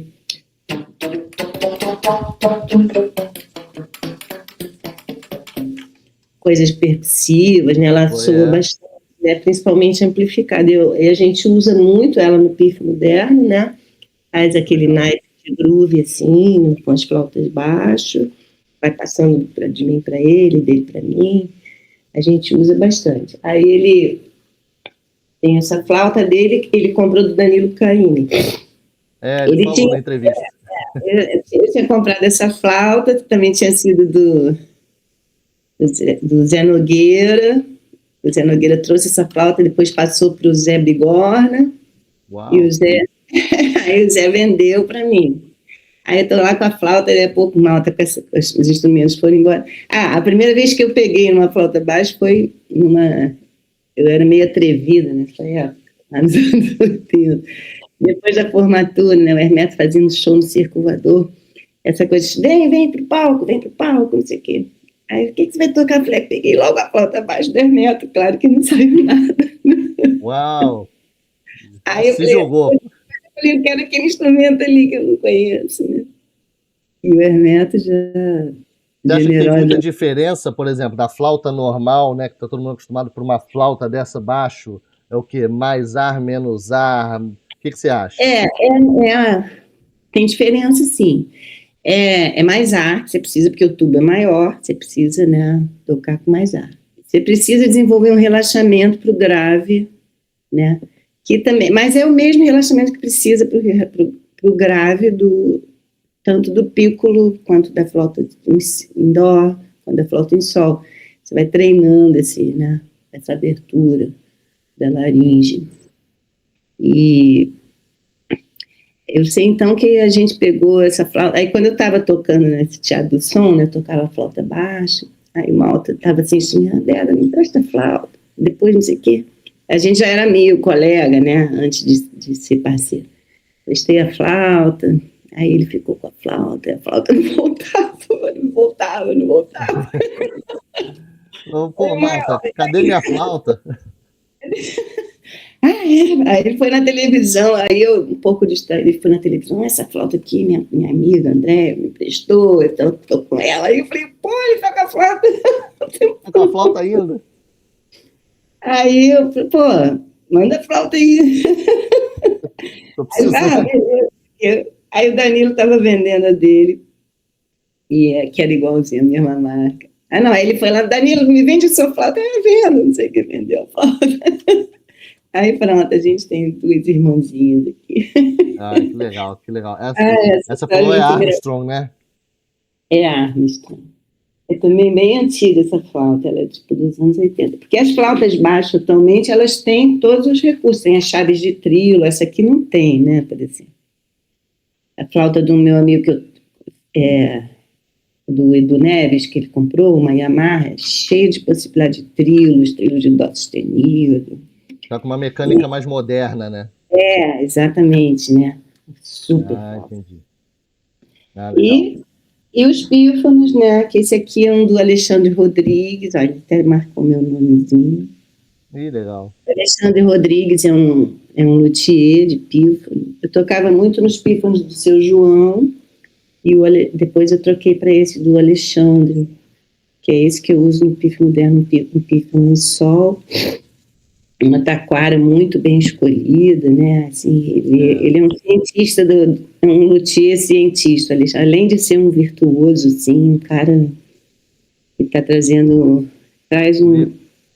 desenvolve a sua própria criatividade também, Se musical. aprofundou na construção, né? Escreveu um método de pífano também, para quem se interessar, método do pífano brasileiro. E é esse. E também no pífano moderno a gente usa, essa também foi uma dizia, porque quando o Malta chamou para fazer o pífano, eu não tinha pífano. Eu tinha aqueles, mas eles já estavam rachados, porque eu fiquei naquela coisa de não dar bola para o instrumento. Eu tinha dado um deles para Cássia Eller, que quando eu voltei, né, eu gravei um disco dela, não sei o quê, primeiro disco, ela ficou minha amiga, né, depois eu acabei casando com o Zé Luiz, que era o produtor executivo dela. Enfim, era uma relação assim mais próxima, né. Aí dei um dos pífanos para ela e o outro fiquei assim maltratando o instrumento, entendeu? Aí eu fui, Aí quando eu fui, o pífano, o Malta chamou, o pífano estava rachado. Aí eu falei, agora?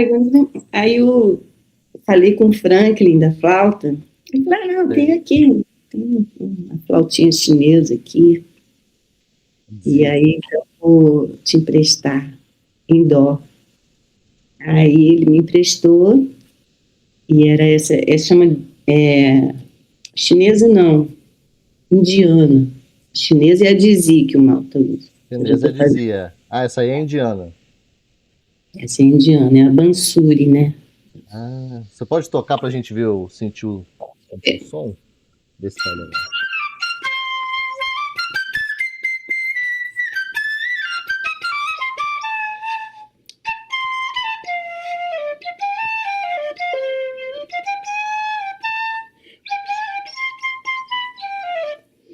Enfim. Ela tem uma projeção boa, né? Porque tem isso, o bambu, quanto mais você sopra, mais ele responde, né? Você Nossa, toca projeção legal, hein? pouco sopro, assim, não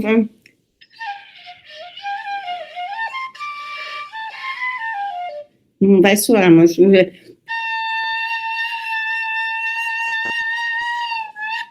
ele vai respondendo, parece que as fibras vão vibrando.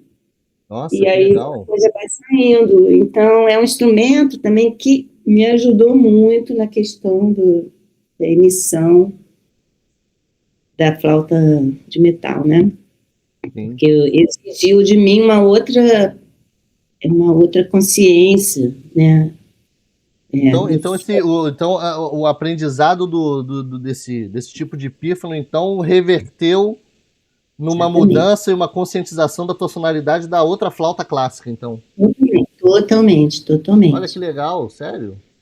Muito. E além da coisa rítmica, né, que Maurício Carreira, agora você não pode mais dizer isso de mim. Pô, mas que interessante. O pessoal às vezes tem a ideia, né, assim, o auge é a flauta clássica, né, e aí depois os populares são adaptações, mas olha, interessante isso.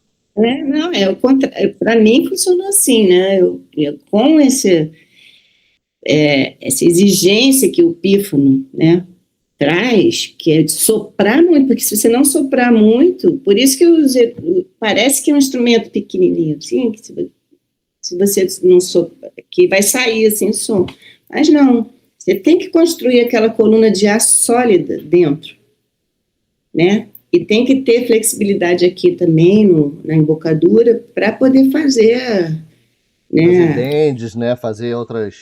fazer bends, para fazer o que você quiser, né, no fim das contas, né, assim. E você tem essa elasticidade também do sopro que provoca um resultado também muito bom nas flautas de metal, o que faz com que a gente possa, num show, passar de um pícolo, de um pífano para uma flauta baixa, assim, direto. Entendeu? Uma música é um pícolo, outra é uma flauta baixa. Agora eu já vi você usando bocal de madeira em algumas ocasiões, e o bocal de madeira não tem aquele... Bem, alguns têm, mas esse que eu vi você usando, esse bocal de madeira, não sei que madeira era, mas ele não tem aquele porta-lábio, ele é só orifício igual um pífano. Eu vou pegar o meu rapidinho, peraí. O meu, que era como um pífano, ele acabou rachando. Então, o bocal rachou? Era do Abner Medina, aí ele trocou para mim por esse, que é de jacarandá. Ele já tem um porta-lábio, né? Aí já tem o porta-lábio. Mas é lindo esse aqui, eu vou voltar até a tocar nele, boa lembrança. E o que você acha o que você acha, assim, da diferença de um bocal desse de madeira para um bocal de metal? Você escolhe baseado em quê? Eu quero um som mais assim, é para gravação, baseada no projeto? Como é que você escolhe? Eu não tenho muito essa perspicácia, assim, né? Mas o bocal de madeira, ele parece que dá um pouco mais de flexibilidade no som, assim. Eu não sei se é um contato mais orgânico, assim, não sei. Eu já gravei, quando eu também tive instrumentos roubados, já gravei com uma flauta Yamaha, dessas de estudante, e o som ficou bom, entendeu? O som não é exatamente o instrumento, né? Claro que agora eu quero uma pau de ouro, é claro. Aí sim, né? Mas olha que interessante. Desculpa. Porque agora eu quero, eu estou sacando que meu som está chegando num ponto que meu Fusca aqui, Biasal. Sim. Porque eu entrevistei o Rafael Beck. É demais. Nossa, é virtuosismo puro, tão novinho, né? Menino, e ele já tá na estrada também há um tempinho, né? Porque ele começou jovenzinho, né? O primeiro show dele foi com o Dominguinhos, ele tinha 8 anos. Eu vi isso. Uma loucura, né? Mas aí eu tava falando com ele a respeito, até que ponto o instrumento ajuda o artista ou não. Ele falou, olha, tem um ponto que você vai chegar que o seu instrumento vai te limitar. Que foi o caso que aconteceu com ele, que depois ele comprou uma outra flauta, que aí a mecânica era mais rápida, a vibração do bocal possibilitava ele alcançar notas que com a outra flauta ele estava tendo que suar mais e ficou mais fácil com essa outra flauta. Então, quer dizer, não é a flauta, não é o instrumento sozinho que faz o som, mas dependendo do instrumentista, vai chegar num ponto que o instrumento vai fazer diferença, vai ajudar. Exatamente, como se pegar um carro melhor para dirigir, entendeu? Mas você vai dirigir bem igual. entendeu? Só que o carro é melhor, né? E responde, ele falou que nessa flauta que ele pegou, não me recordo agora qual foi a marca, mas ele falou que a mecânica era mais rápida, porque as molas respondiam mais rápido. É verdade, Então, isso. Mas como aqui a gente não ganha ainda, eu não ganho para comprar uma flauta de ouro, né? Então ainda tem que ralar um pouco mais. eu fico vendo gente vendendo flautas aqui, de uma pessoa vendendo uma Sankyo por $35 mil. Quanto que Em eu vou dólar, ter? imagina o preço disso no Brasil. Vezes 5, pelo menos. Nossa, não é impossível, é uma casa, é um apartamento. Uma entrada num apartamento, sei lá, o que, né? É uma loucura, né? Um apartamento também, né? Mas é isso, o som é... Você pode construir um som lindo numa flauta bem ruim, né? Isso que eu quero dizer também. Sim. Claro que ele pode te satisfazer. A gente conversa isso, Edu, eu, Malta, a gente sempre fica falando sobre isso, né? O som é da pessoa, né? O corpo tem que responder conforme você imagina também aquele som, que tipo de timbre. Eu, por exemplo, meu ídolo, assim, erudito, é o Emanuel Paudi, né? Além, tem outros fantásticos, né? Eu também tive aula com o Nicolé. O Nicolé também me deu altos toques, assim. Eu fui um estágio de verão. Porque eu sempre estudei muito, hein? Isso aqui também tem que dizer. Eu ia frequentar estágio para lá, estágio para cá, né? Observava. Aí eu fui num estágio na Itália, Nicolé, e aí ele falou, cara, seu grave, você tem que resolver esse grave. Olha, sério. Interessante, né? A gente tem sempre a aprender, né, André? Não tá saindo. E eu já era profissional, hein? Que loucura, hein? Tá vendo? Ninguém pode, né, dizer, já cheguei lá. Não preciso de nada. Ele falou, tem que resolver, tá? Vai, procura fulano ali, ele vai te ajudar nesse exercício. Ele tinha um assistente, né, que era o Ricardo. Ricardo, cuida do grave dessa aí.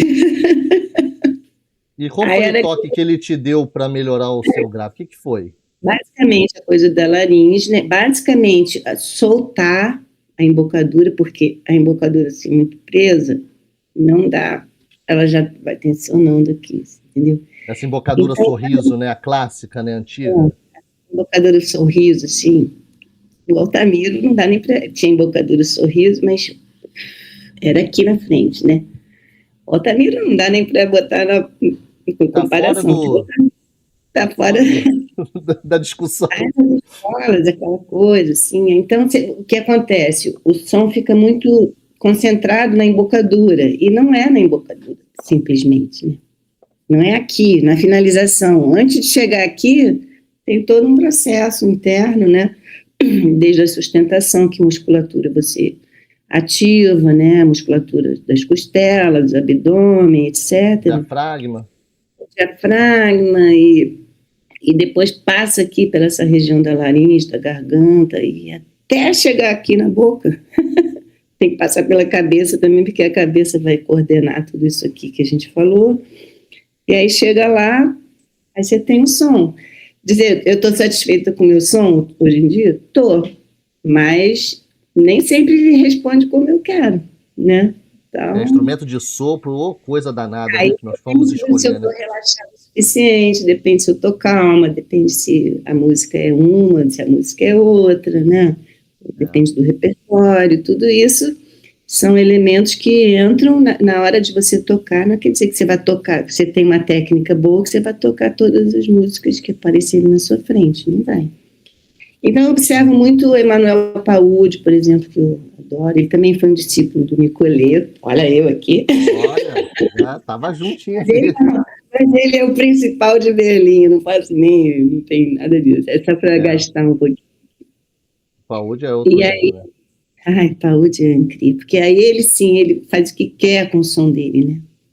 Um outro flautista que eu admiro muito, que é o meu colega Lucas Robato, também professor da Universidade Federal da Bahia, com quem eu fiz o doutorado, que me orientou no doutorado sobre o Moacir. E o Lucas também falou, tá faltando harmônico no seu som aqui. Mas assim, é tudo tão no detalhe, sabe? Sim. Um falou, seu grave, vai cuidar do grave. O outro falou, olha, Tá faltando aquele whistle, sabe? O whistle tone, aquele assovio. Tá faltando esses harmônicos aqui na qualidade do seu som. E é um cara que ele é da minha geração, ele é um pouquinho mais novo que eu, assim, um flautista que eu falei, pô, fui até a Europa, né? Gastei uma grana, cara, e meu amigo Lucas. E o cara tava aqui do lado. Um grandíssimo professor, um grandíssimo, porque é atento nos detalhes, além de um super intérprete, né, uma técnica incrível, ele é atento a isso, ele é atento nessas coisas mínimas, né? É uma busca eterna, né, Andréia? Nossa. Eterna. Mas isso que é a graça também, né? Você chega num momento que você bate ali. Eu vi uma entrevista de um cara falando que tinha um professor de sax dando um workshop, não sei aonde, não sei se foi nos Estados Unidos, não lembro. E aí teve uma pergunta de uma pessoa da plateia que queria tirar uma dúvida. Quem era a pessoa que queria tirar a dúvida? Sobre uma técnica, uma coisa que a pessoa não sabia. Kennedy. Pois é, olha isso. Aí o pessoal da plateia regalou o olho e ficou assim, falou, ele deve estar perguntando de zoeira.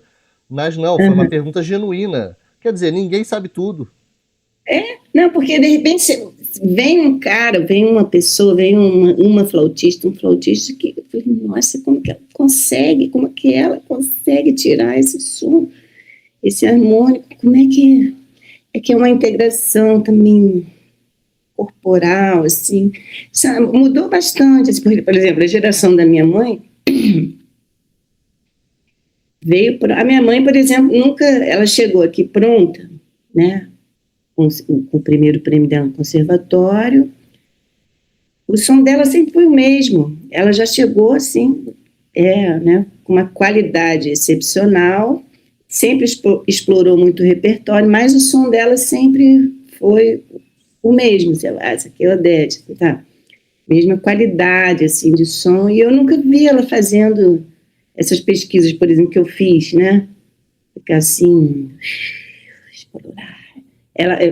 Ela tocava isso nos repertórios, mas não modificou a estrutura técnica dela, né? Ao longo desses anos todos. Mas também fez com que ela tocasse até os 90, entendeu? Verdade. Mas então de pessoa para pessoa, né? Mas ela teve uma base assim, técnica muito, muito coesa, né? Os conservatórios europeus são isso. Mas, por exemplo, o Paude também tem, e eu sei que o Paude é um cara que fica pesquisando, assim, porque pelas falas dele, né? Então, todo flautista, assim, todo artista vai buscando coisas. E falando nessa busca sua, você tem uma rotina de estudos, ou não tem? Ou como é que funciona isso para você? Você estuda todo dia? Não estuda? Quando estuda, o que você estuda? É sonoridade, é velocidade, é tom, é o quê? Então, depende da época. Como eu disse a você, eu sempre estudei muito, né? Já tive rotinas mais assíduas, assim. Mas como eu também sempre trabalhei muito, eu sempre botei os repertórios que eu tinha que tocar na frente, né? Mas também nunca me esqueço, o Luiz Anunciação, percussionista, da geração da minha mãe também, com quem depois eu trabalhei, porque quando eu voltei aqui para o Rio, comecei a trabalhar com esse grupo de músicos da geração da minha mãe. Ele era percussionista sinfônico, né? Aí ele falava, André, é o seguinte, tem que estar com a técnica em dia sempre, porque você nunca sabe o que vem pela frente aí, né? Nunca sabe o que vai chegar de repertório para você, né? Então eu fiquei com isso na cabeça, mas eu não sou tão disciplinada assim, né? E eu tenho uns recursos assim, tipo, eu faço as notas longas, dependendo dependendo do que eu tenho que tocar, né?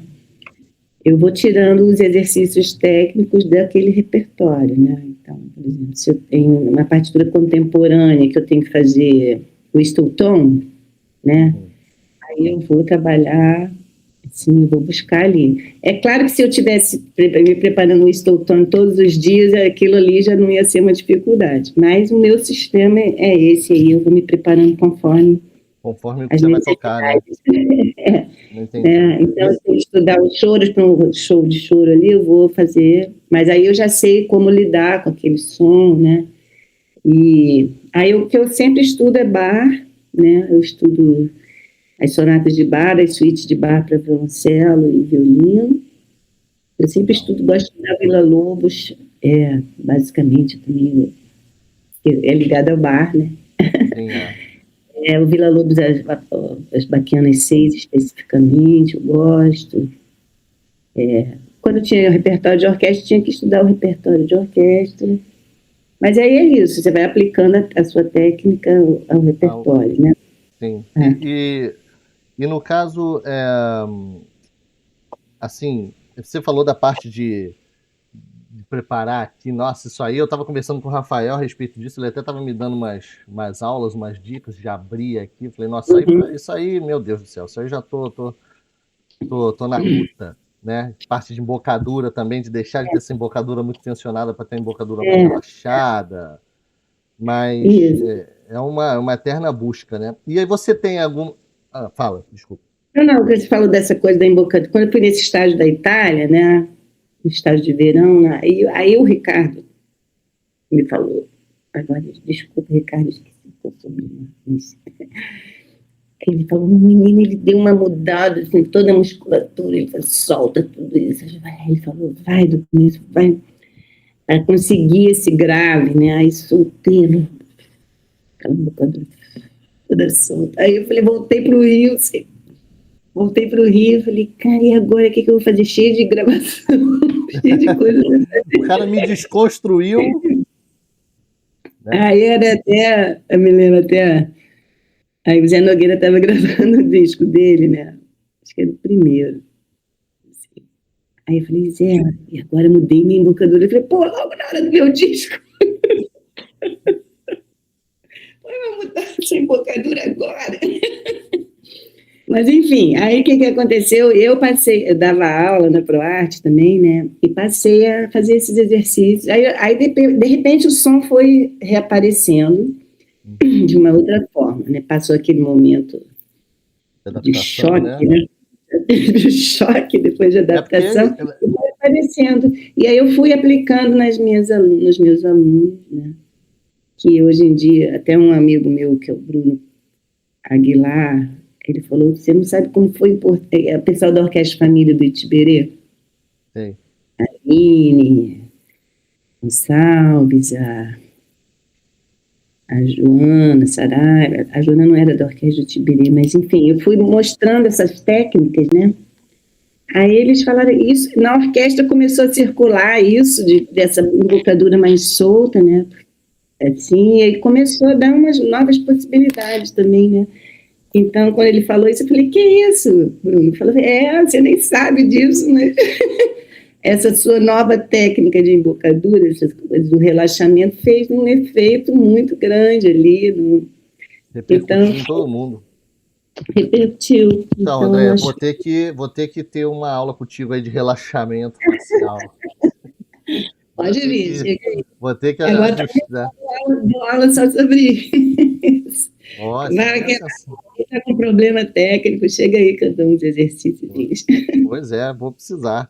E, bem, aí já chegando no final da entrevista, né? Teria tanta história aqui, tanta coisa, tanta dúvida técnica, né? Que o pessoal que é especificamente de flauta que está assistindo aí, ou ouvindo também pelo Spotify, né?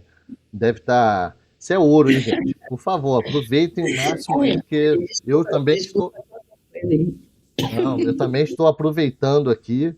E, bem, eu queria saber o seguinte, que dica que você daria para quem quer começar na flauta, ou quem já começou na flauta? Que dica que você daria, assim? Então, primeiro eu ouvi, né, os flautistas, agora eu vou recomendar o meu trabalho atual. Por favor. Eu, André Dias Quarteto, que eu achei que a gente conseguiu um resultado muito lindo, em termos também disso. A minha sonoridade ali, eu me dei por satisfeita, assim. Seu filho está no baixo? meu filho no baixo, arranjador também.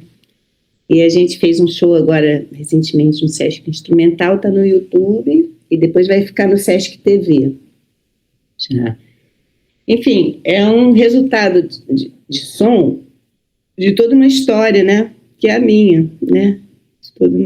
Todas as minhas influências, assim, minhas improvisações não são a do Bert Laus, nem... mas são as minhas, entendeu? Claro, Entendeu? claro, é a sua, As seu minhas. estilo. Então E, enfim, então é ouvir sempre muita gente tocar. E eu procurar ficar atenta. E não ouvir só flautista também, pois você falou do saxofonista, né? Do Kennedy. Você ouve um trombonista, ouve um som de trompete. Por exemplo, quando o cara vai para o super agudo no trompete, qual é o esforço, né, físico que aquilo acarreta, né, para ele ter ali aquele resultado, aquelas notas. Então, tudo isso também é flauta, né? Eu acho que isso tudo é tocar flauta. Além de, né, ficar curiosa sobre os compositores, sobre que material se está abordando, né? Então, não existe só um tipo de música, existem vários, né? E também encontrar seu próprio som. Eu tenho amigos e colegas que não, eu nunca quis saber do erudito. E o meu lance é jazz mesmo, meu lance é choro mesmo. Eu sempre tive certeza disso. Eu falei, nossa, que inveja. Tanto ter certeza de alguma coisa, assim, né? Mas é assim, e esses flautistas com técnicas, Edu Neves, Silas Rodrigues, não sei se vocês viram, o próprio Alexandre, o Malta, assim, tudo, gente que não foi exatamente do erudito, né? Mas tem uma escola, né? Que é a escola do Pixinguinha, que é a escola do Pixinguinha, que é a escola do calado, né? Então, essas técnicas são vêm de muito longe. Essa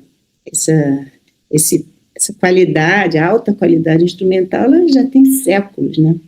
Então, a gente também não pode esquecer dessa história e tem que passar a ouvir e a perceber naqueles sons o que é que aquilo traz, o que traz de memória, o que traz de técnica, o que traz de afeto, né? Hoje em dia, as possibilidades são infinitas, né? A pessoa pode ter aula presencial, pode ter aula online. Eu lembro que quando eu comecei a tocar flauta, eu comecei a tocar flauta ontem, a flauta transversa foi em 1999. Na época era difícil achar uma tabela de digitação, você acredita? Tá tinha que vendo? procurar um método, aí na internet não tinha, porque era bem o início da internet. Olha, em 99 foi ontem. Uhum. Então hoje tem um monte de coisa, você acha um monte de vídeo no YouTube, você acha, mas assim, a pessoa pode escolher vários caminhos para aprender, mas a questão acho que é disciplina, né, dedicação, né, procurar focar naquilo ali, né, se quer aprender, ter um som bonito, né, e é para cada estilo. Tem gente que quer aprender flauta para tocar só na igreja, tem gente que quer tocar flauta para tocar só com os amigos, tem gente que almeja galgar passos mais profissionais, tem de tudo, né? Mas uma coisa é boa, tem que estudar técnica, uma coisa é certa, todo flautista bom estuda técnica, né? Então, são técnicas básicas, né? Da sustentação do som, da articulação, Tafanel Gobert, Moise, aquela história, né?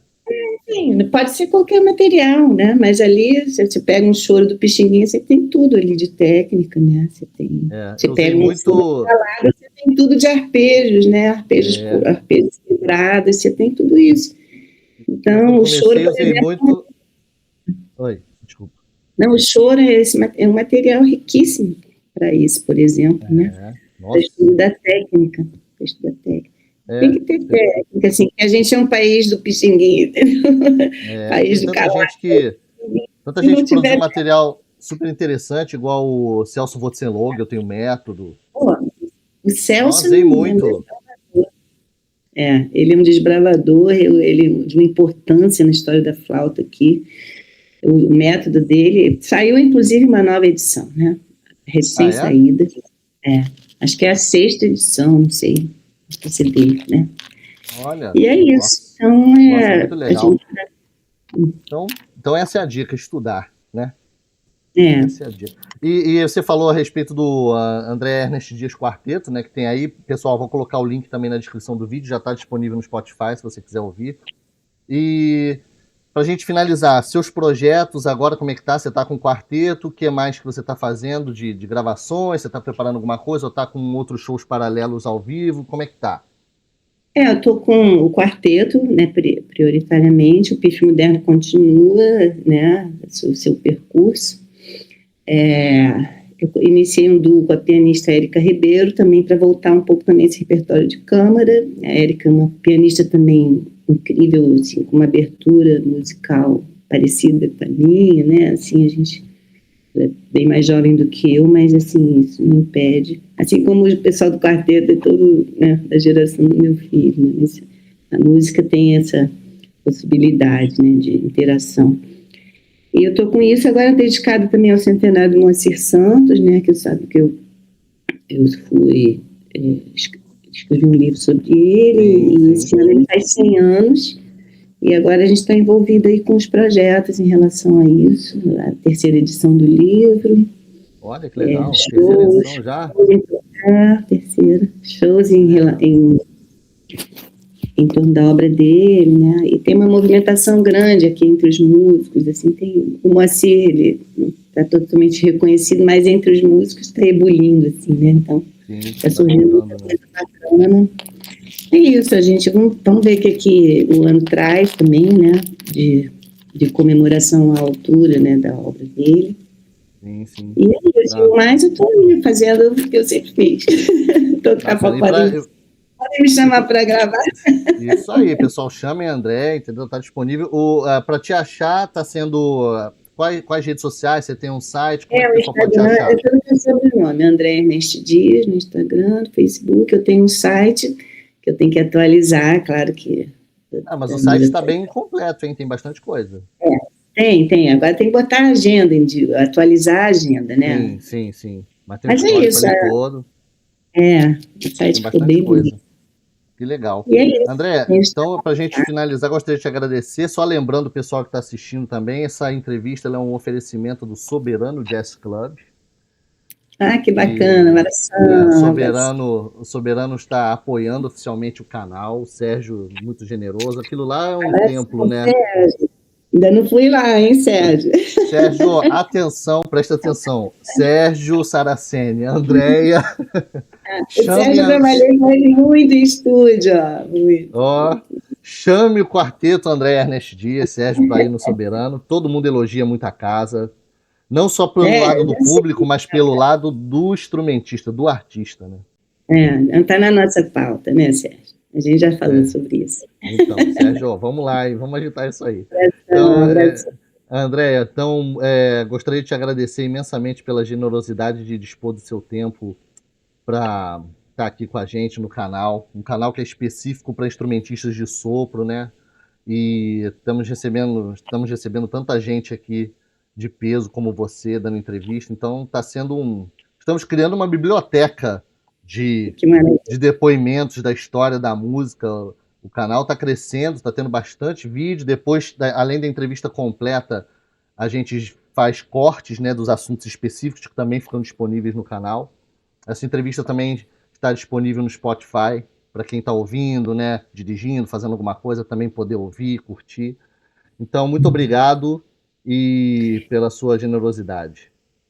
Obrigada a você, Antônio. Adorei o papo, adorei, gente. Adorei bater esse papo aqui com vocês e espero que tenham aproveitado também um pouco da minha experiência. Mas, assim, vamos trocando sempre, né? Acho que é isso que é importante. Você ter criado essa possibilidade é uma coisa muito especial. Obrigada a vocês todos. Tá? Fica na linha aí que a gente vou encerrar aqui com a vinheta, tá bom? Tá bom.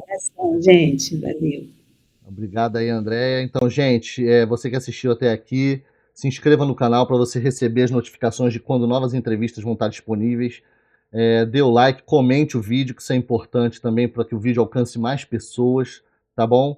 Então, um grande abraço aí para todos e até o próximo episódio do Sopro em Cena.